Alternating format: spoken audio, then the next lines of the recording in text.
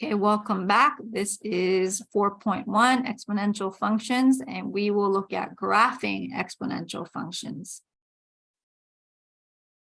Okay, so let's go back and graph the basic exponential function 2 to the x. And how we can graph this is using a table. And we can choose x values from -2 all the way to 2. And find its corresponding y values. Now, how we can do that is we plug it into this equation, f of x equals 2 to the x. We say, all right, if you have 2 raised to the -2nd power, negative powers means to raise the base to this reciprocal. So we get 1/2 squared. 1/2 squared is 1/4. And if we do 2 to the -1st, it's going to be 1/2 to the 1st, so that's just 1/2. 2 to the 0 power, anything to the 0 power is 1. So that's going to be 1, 2 to the 1st is 2, and 2 to the 2nd is 4. We'll go ahead and graph that on this coordinate plane here. So these are 5 points we can graph, -2, (1/4). -1, 1/2, 0, 1, 1, 2, and 2, 4. If you just wanted another one, let's do one more just to see what that looks like. 2 to the 3rd power is 8. So one more point, 3, 8. So if we connect these set of points, you can see it's an exponential curve. And if we keep going down towards the negatives, it's going to give us a smaller and smaller fraction, but never reach 0. So you can see it looks like it reaches the x value, but it never reaches the x value or y equals 0.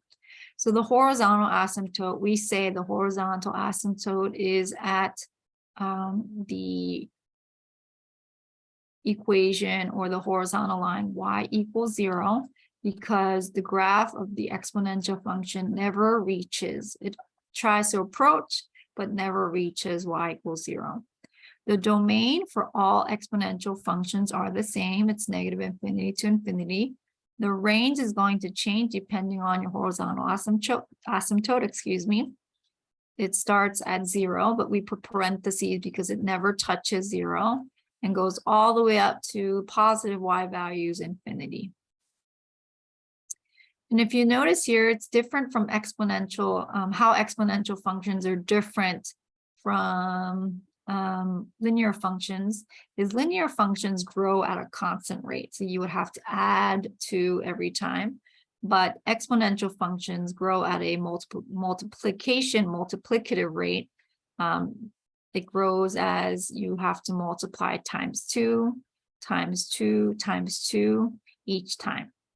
And the increase gets bigger and bigger every time you go to the right.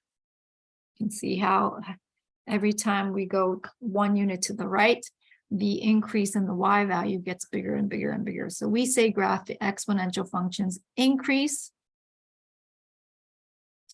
at an increasing rate.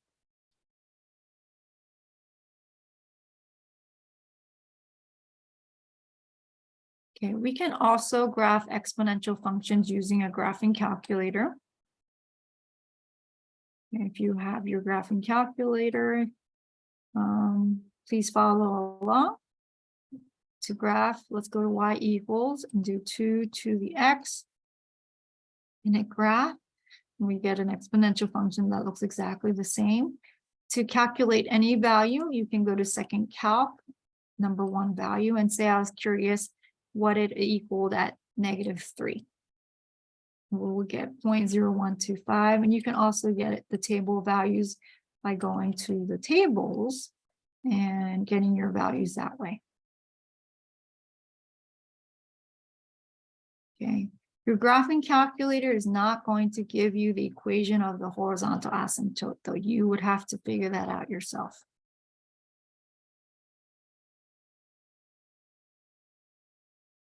Okay, let's go back to the main screen and go to number 4. Okay, 4, we're going to graph the exponential function g of x equals 2 to the negative x power. Now, what I have already down here for you is the basic function, which sometimes we call a parent function, the original function. This is the function f, or let's put that in red. This is the function that we just graphed together, f equals 2 to the x. Let's see what 2 to the negative x looks like compared to that function. Okay, so if we plug in negative 2 into 2 to the negative x, we get 2 to the negative of negative 2, which is 2 to the second, which is 4. We have 2 to the negative first, 2 to the negative of negative first, that's 2 to the first power, which is 2. To 0 again, that's 1. 2 to the negative 1, that's 1 over 2. And 2 to the negative second is 1 over 4. Okay, so negative 2, we're going to plot 4. Negative 1, we plot 2. 0, 1. 1 and 1/2. 2 and 1/4. And we have a graph that looks something like this if we were to connect those points. And it looks like the same exact graph, except, right, it's a reflection on the y-axis. So we say the transformation from f of x equals 2 to the x is a reflection on the y-axis. The horizontal asymptote did not change. It's still y equals 0. The domain, again, is the same for all exponential functions, negative infinity to infinity. The range is, if you think about it, what's the lowest y value of the blue function we're looking at? It's 0. And how high does it go on the y values? It goes towards infinity. And note here that the y-intercept is the same. It's the y-intercept is at 0, 1.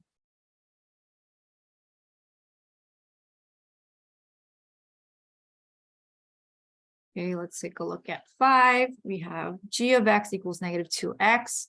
And here on your graph, the 2 to the x graph is already plotted there for you. So let's compare, what does negative 2 to the x power look like? Okay, so if we plug in negative 2, negative second power, that's going to be a reflection. I take that back. That's going to do the reciprocal. And so it's going to be negative of 1/2 squared, because a negative power means take the base, which is just the 2, not the negative, and then change that power to a positive 2. So we get negative 1/4. We have negative 2 to the negative first, which becomes negative 1/2. Negative 2 to the 0 power is negative 1. Negative 2 to the first is negative 2. Negative 2 squared, because this squared is only squaring that 2, not the negative, it's going to be negative 4. So at negative 2, we got negative 1/4, and negative 1, 1/2. 0, negative 1. At 1, we have negative 2, and 2, the y value is negative 4. So let's try to connect these points. And here we go. So what is a transformation? If you think about the previous graph, right, it looks like there was a reflection on the y-axis. If you look at this one, it looked like it flipped over the x-axis. So we say that reflected on the x-axis. Okay, what is the horizontal asymptote? The horizontal asymptote is still at y equals 0. The domain, remember how we said that's always the same, negative infinity to infinity. The range this time is different. How low does your graph go on the y values? It goes towards negative infinity. How high does it go? It goes up to 0, but not including, because your graph will never touch the y equals 0 value. Okay, let's take a look at, let's take a look at number 6. graph the exponential function g of x equals 2 to the x plus 3. Let's actually put this in the graphing calculator and get our table of values there.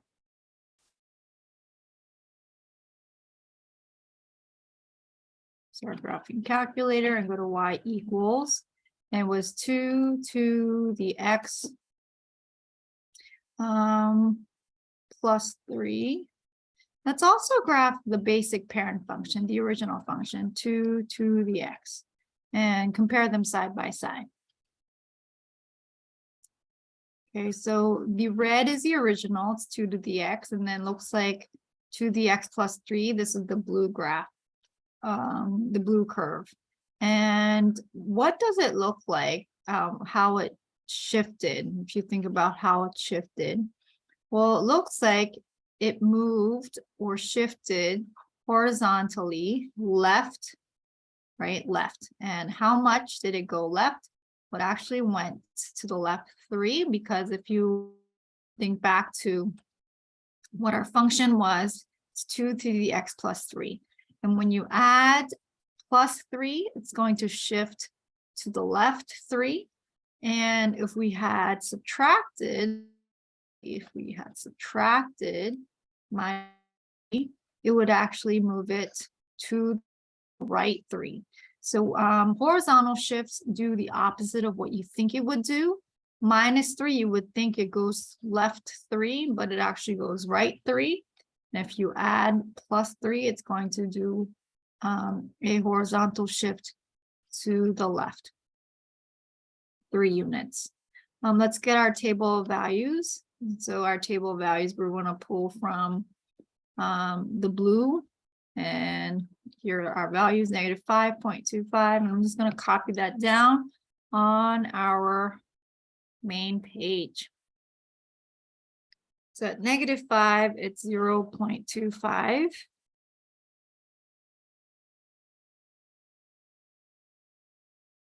At -4 is 0.5, or half. -3 was 1, -2, 2, -1, 4. If we graph that, -5.25, really small, -4.5, -3 is 1, -2, got 2, -1, 4. Let's just do one more at 0. It's 8. So it looks like this, more or less. You can see how it shifted to the left. So we say this is a horizontal shift. Left 3 units. Okay, the horizontal asymptote's always at y equals 0. If you think about your horizontal shift, horizontal asymptote also shifting left 3 units, it's just going to stay put at y equals 0. The domain is always -infinity to infinity. The range of this function, because it starts at horizontal asymptote of 0, and it keeps going towards the higher y values, the infinity, it's going to infinity. Okay, let's take a look at number 7, graphing the exponential function g of x equals 2 to the x plus 4. Here, the plot of 2 to the x is already on your graph. That's a parent function. And what do you think would happen if you add +4? And let's take a guess. How would your function move? Well, let's plug it into our graphing calculator again, see what happens. Okay, so the original graph was 2 to the x, but if we do 2 to the x, instead of adding to the exponent part, we're going to add it on the outside, +4, and hit graph. You can see the original function, and 2 to the x plus 4, it looks like it went up. Now, what happens if we do 2 to the x minus 4?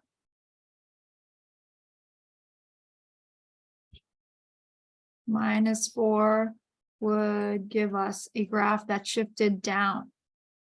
And so this graph, transformation from 2 to the x, this actually shifts everything down 4 units. So we get our table of values here. At -2, we get 4.25. You can copy it down. And then at -1, we get 4.5. At 0, it was 5. At 1, it's 6. At 2, it's 8. Let's head to the main page and graph our function, our new function. So at -2, we have 4.25. At -1, a little higher, 4.505. 1 is at 6. 2 is at 8. Now, the original horizontal asymptote was at y equals 0, right? It used to be there. But our new horizontal asymptote is also going to shift 4 units up, and that's going to be shifted up to y equals 4. So that's going to be our horizontal asymptote. So if we use our horizontal asymptote and our 5 plotted points, there's our general shape of g of x equals to the x plus 4. So this is a vertical shift. Vertical because it's going up. Down can also be a vertical shift. Up 4 units. The domain is -infinity to infinity. The range this time, because it shifted up, the vertical shift, up, it shifted the horizontal asymptote up 4 units. It's going to start at 4 and go towards infinity. This value for your range is always going to match your horizontal asymptote. Okay, we have, I believe, one more example here. 2 to the x minus 4 plus 3. And you have, we're adding or subtracting on the exponent and then adding 3 at the end. Let's take a look at what you think would happen. Okay, there is a horizontal shift and there is a vertical shift. So let's plot this on the graphing calculator and see what happens.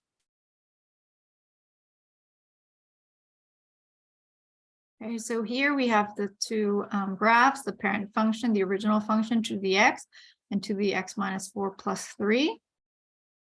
Okay, if you look to see, here's the original and here's our new function. Looks like what happened was it went up and it also went right. Now, how much did it go right and how much did it go up?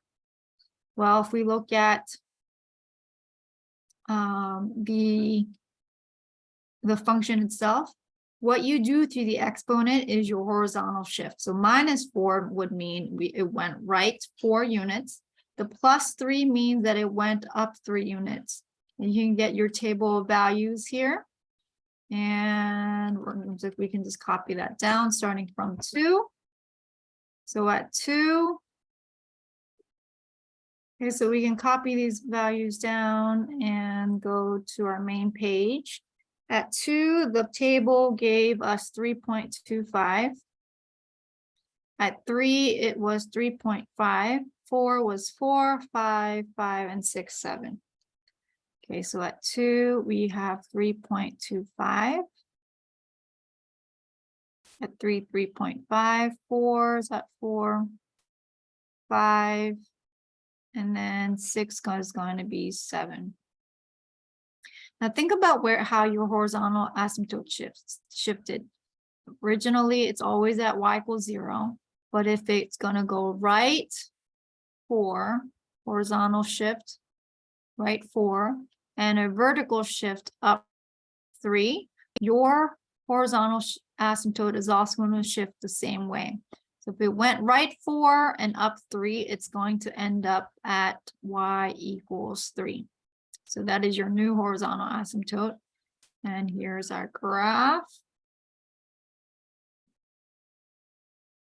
Our domain is -infinity to infinity. Range is 3 to infinity. Another way you can tell what the horizontal asymptote is if we go to the graphing calculator, you look at your values, look to see when you go towards the negative values, the more you go towards the negatives, like where does it approach? It says 3 because it's getting super close to 3 and your graphing calculator just says it's 3.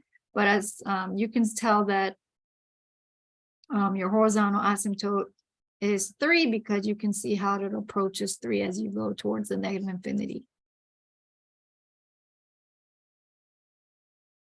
Okay, we'll wrap up here with exponential functions. I will make another video on how to work this section in my math lab, and so that you have a better idea of how to graph and put in your values.